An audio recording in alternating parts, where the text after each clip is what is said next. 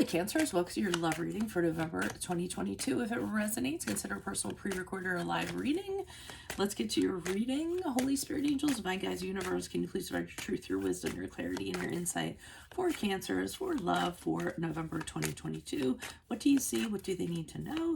To reach your higher ground, we come closer to universe and closer to your line through your messages. Any messages would be greatly appreciated. We thank you. What do you see? What do they need to know? Cancers, for love, for November 2022. What are the love energies for Cancers prior to November 22? What love energies did they pass out of? You have their Three of Coins in the reverse. Make sure you click on the Vimeo link below for what your love interest is thinking or feeling. In that spread, I'll have something you do not know about them, in addition to if they're seeing or interested in somebody else. What else? Oh, hello, King of Cups in the upright for November. In my playlist are your 2023 Sun Moon predictions. They're still coming out. Yes, I will get them done by 2023. Continue to put your requests in the comments. I will put you in queue. There's 30 something left. I just haven't had a lot of time. 2022s are still in there. See if they rang true for you. We end on the Fool card in the reverse as you move out of November into December. Man, some of these readings this month, what's going on?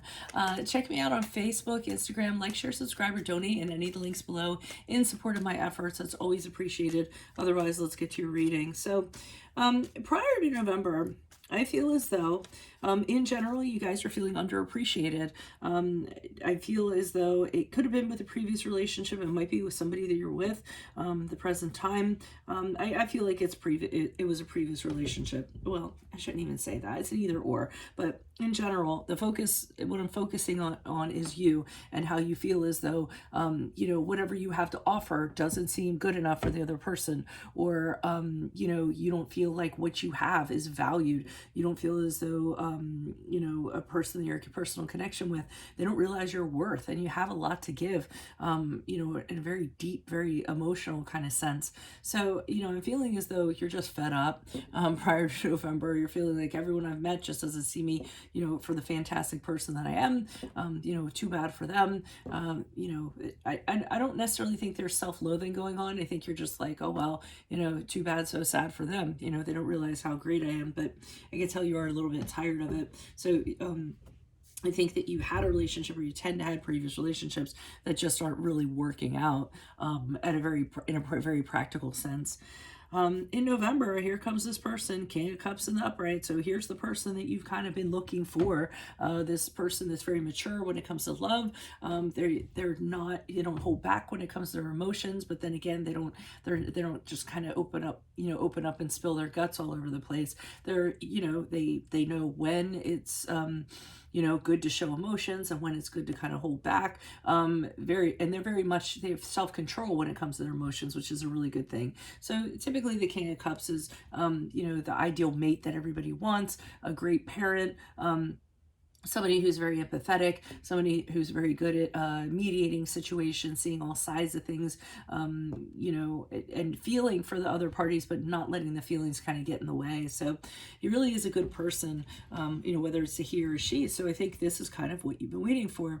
I'm concerned, though, that I'm concerned that you might be building them up a little bit more for who they are, or they might be building themselves up. So, and it might be just because the situation you came out of, this person is going to look extra appetizing than if you had different experiences.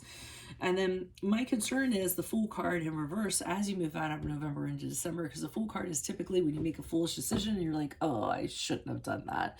So, you might have been all about this person in November, and then you just kind of realized that you wanted to see what you wanted to see, or maybe you were, you wanted somebody in your life, so they seemed, like I said, more appetizing. You were more tempted by them. But going into December, you're kind kind of saying, wow, they're, connecting with this person is really having some dire consequences to it.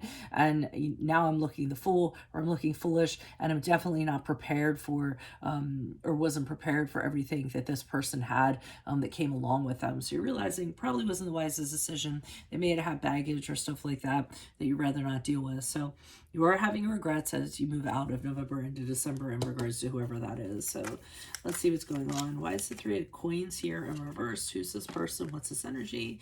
Okay, we have the Page of Wands in the upright. We have the Eight of Cups in the reverse.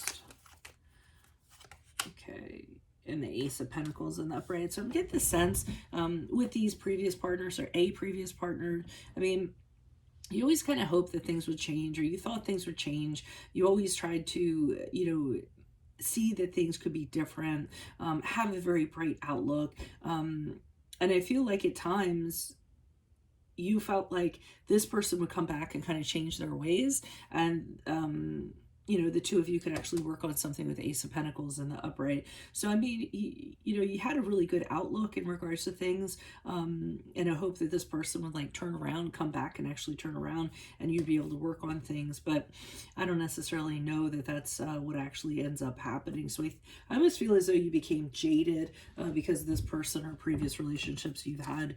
So let me see what's up with this King of Cups. King of Cups in the upright. Yeah, so this person is very commanding too. I feel like they have a few sides to them. On the one side, they can be very emotionally mature. On the other side, they can be very commanding. They can be very assertive. They can be very, expect people to, people mess with them. They're very good at putting people in their place and letting people know what their expectations are. And by the way, that's the card of Aries, Emperor. And I think you find that attractive, that this person not only can be, very emotional, but they can also be very protective, and you're a protector. So I think there's aspects of that you find really interesting. Not only that, they look at you as very, passionate, very, they're very drawn to you, very alluring. It's a very charming person with a lot of energy. So this person, really, it's a powerful connection between the two of you. And with the Nine of Swords in reverse, I'm getting this sense of, thank God this person came along. This is like a dream come true. I can now stop, worrying or having anxiety about all these frogs that I keep on kissing, because here he is. This is exactly who I wanted. To tell you the truth, I don't think the person is necessarily a bad guy, or bad woman. I don't go by the gender, but I don't think they're a bad person. I think they actually have really great qualities. I think the baggage that they have is what ends up being problematic. I mean, so, maybe there's an ex that's, problematic, or the kids are a pain in the butt, or, they're having problems at work, and they get really stressed out. It could be anything, I think, here's where you initially find out about them, and you're like, oh, wow, this is really great. They're like that. And then the more you get to know them, I think you start to feel uncertain about whether you want to kind of get into this relationship, or like, wow, what was I thinking, almost, in a way. Okay, we have the Five of Swords in the upright. Okay, so feeling one of the aspects of this person, what I was saying back here, they have a very commanding presence. They can be very assertive. I think you're seeing sides of them where they kind of take it over the top, where they're very arrogant, and pride kind of gets in the way, and they feel like they have to win no matter what. And, that's where assertion turns into aggression. And I don't think you're really excited about that. I feel like it's up and down with them. You never know what to expect. It's very, unpredictable in those terms. So I mean, it's these dual personalities that they have, and I think you have a hard time kind of knowing who you're going to be seeing the next day. And again, I mean, I don't feel like it's malicious. I feel like it's just somebody who they kind of, when they snap into gear, and somebody is competitive with them, they'll crush them and defeat them. So that aspect, that duality, I think you may be having a problem with. And then in your relationships or your connections, sometimes it's great, sometimes it's not. But I do feel as though this person slights people, and I feel like it bothers you. That's not something that you're okay with. You don't like people getting humiliated or rejected or things like that. And this person doing that, I feel it kind of affects you. I'm going to clarify this Ten of Pentacles. Why is this Ten of Pentacles in the upright clarifying the... Okay, so basically if you forge a long-term commitment with this person, you pretty much, your intuition is telling you, as you move out of November to December, that it's going to be a disaster with the Tower card.